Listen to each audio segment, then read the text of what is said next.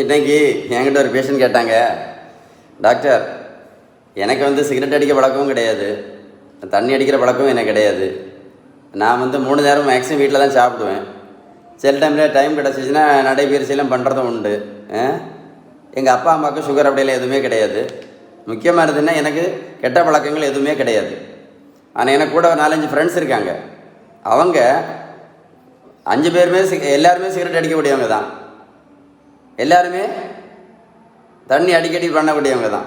எனக்கு எந்த கெட்ட பழக்கம் இல்லை. அவங்களுக்கு 5 கெட்ட பழக்கம் இருக்குது. எல்லா கெட்ட பழக்கம் இருக்குது. அவங்களுக்கு யாருக்கும் எந்த நோயும் கிடையாது. அவங்களுக்கு எந்த நோயுமே இல்லை. எனக்கு சுகருக்கும் மாத்திரை சாப்பிட்றேன், ப்ரெஷருக்கும் மாத்திரை சாப்பிட்றேன், கொலஸ்ட்ராலுக்கும் மாத்திரை சாப்பிட்றேன். சுகருக்கு கண்ட்ரோல் ஆகாமல் இப்போ இன்சுலினும் போட்டுட்ருக்கேன். இது என்ன சார் சோகமா அப்படின்னு கேட்டாங்க. இந்த வீடியோ ஒரு கூட போட்டு கேளுங்க, உங்களுக்கு கரெக்டாக புரியும் நான் என்ன கேட்குறேன்னு. இதுலேருந்து நீங்கள் என்ன புரிஞ்சுக்கிட்டீங்க? இந்த பேஷண்ட் கேட்டதுலேருந்து நீங்கள் என்ன புரிஞ்சுக்கிட்டீங்க? அதுதான் விஷயம். நீங்கள் என்ன புரிஞ்சுக்கிடணும் அப்படின்னா, ரொம்ப ஆபத்தானது எது அப்படின்னா நம்ம சாப்பிட்ற உணவு தான் ரொம்ப ரொம்ப ரொம்ப ஆபத்தானது. நம்ம சாப்பிட்ற உணவில் விகிதம் கரெக்டாக இல்லை அப்படின்னா சுகரும் வரும், ப்ரெஷரும் வரும், கொலஸ்ட்ராலும் வரும். சுகருக்கு மாத்திரை போட்டாலும் நோய் சரியாகாது, ப்ரெஷருக்கு மாத்திரை போட்டாலும் நோய் சரியாகாது, கொலஸ்ட்ராலுக்கு மாத்திரை போட்டாலும் நோய் சரியாகாது, இன்சுலின் போட்டாலும் நோய் சரியாகாது. நம்ம சாப்பிட்ற உணவில் விகிதம் நான் அடிக்கடி சொல்லுவேன், பேலன்ஸ்டு டயட் சொல்லுவேனா? என்னது?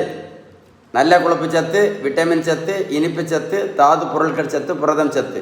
நம்ம வீட்டில் சாப்பிட்ற உணவுள்ள விகிதம் பேலன்ஸ்டு டயட்டு பேலன்ஸ்டாக இருந்தால் மட்டும்தான் சுகர் வராமல் தடுக்க முடியும், ப்ரெஷர் வராமல் தடுக்க முடியும், கொலஸ்ட்ரால் வராமல் தடுக்க முடியும். வீடியோ ஒரு கூட போட்டு கேளுங்க, நான் சொன்ன விஷயம் உங்களுக்கு கரெக்டாக புரியும். இந்த தம்பியை பாருங்கள், 42 கிலோ வெயிட் குறைச்சேன். பெரியவங்களுக்கு 128லேருந்து 86 கிலோ. நான் ப்ரோட்டீன் பவுடரும் கொடுக்கல, மாத்திரையும் கொடுக்கல, ஜூஸும் கொடுக்கல, ஊசியும் போடல. அவங்கள போய் நான் ரோட்டில் போய் நான் ஓடக்குன்னு சொல்லலை. நான் ஏன் ஓடக்கு சொல்லலை அப்படின்னா, அவங்க 128 கிலோ 128 கிலோ இப்படி இருப்பாங்க தெரியும்ல. 128 கிலோ, வயசு 62 வயசு, ஒரு 18 மாத்திரை சாப்பிட்டுட்டு இருந்தாங்க. அப்போ எப்படி இருப்பாங்க? எவ்வளோ சிக்காக இருப்பாங்க. இவங்களை நான் ரோட்டில் நான் ஓட சொன்னேன்னா போகிற வழியிலே ஹார்ட் அட்டாக் வந்துடும். அதனால் ஓடக்கு சொல்லவே முடியாது, நடக்கவே சொல்ல முடியாது, அவங்களால நடக்கவே முடியாது. அதனால் நடைபயிற்சியே பண்ண சொல்லலை. நான் பண்ணது எல்லாமே என்னது? பேலன்ஸ்டு டயட்டு மட்டும்தான். நான் பண்ணது எல்லாமே பேலன்ஸ்டு டயட்டு மட்டும்தான்.